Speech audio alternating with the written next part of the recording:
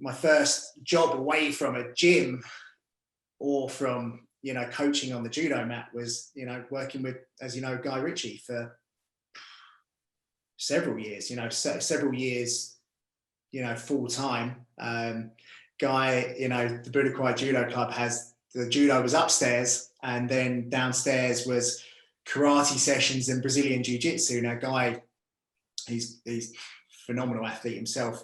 He did karate downstairs. He was a black belt in karate, but then after some knee problems, he had some operations, and he decided to take up jiu-jitsu, which now 15 years later he's also a black belt in jiu-jitsu. But the jiu-jitsu boys used to come upstairs. So the groundwork in jiu-jitsu and the groundwork in judo is very, very similar. So their training sessions used to be at half an hour before us, and they'd finish half an hour earlier. And then they would come upstairs and want to join in on the groundwork with the judo lads. And this is around the time Guy at that point, he'd been there for some time before I met him, and he had shot lock stock.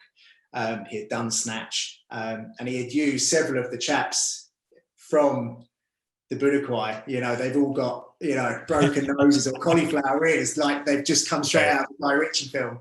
So I met him there. A mutual friend of ours, who was also my coach, Ray Stevens, Olympic silver medalist. Guy approached him and said, "My assistant has just become producer. Do you know anyone who would like to do some running? Assist the director, do some running, and assist me with my career and personal life, and a bit of training." I think there was probably an element of some security in there, which then throughout my career kind of, helped the clients I worked with. And Ray introduced me, Guy and I ticked all those boxes. And that started, I was working with him for about a year as a runner. At this point I was 20, I think actually it was a few more years before the Olympics. I was 24 when I met Guy.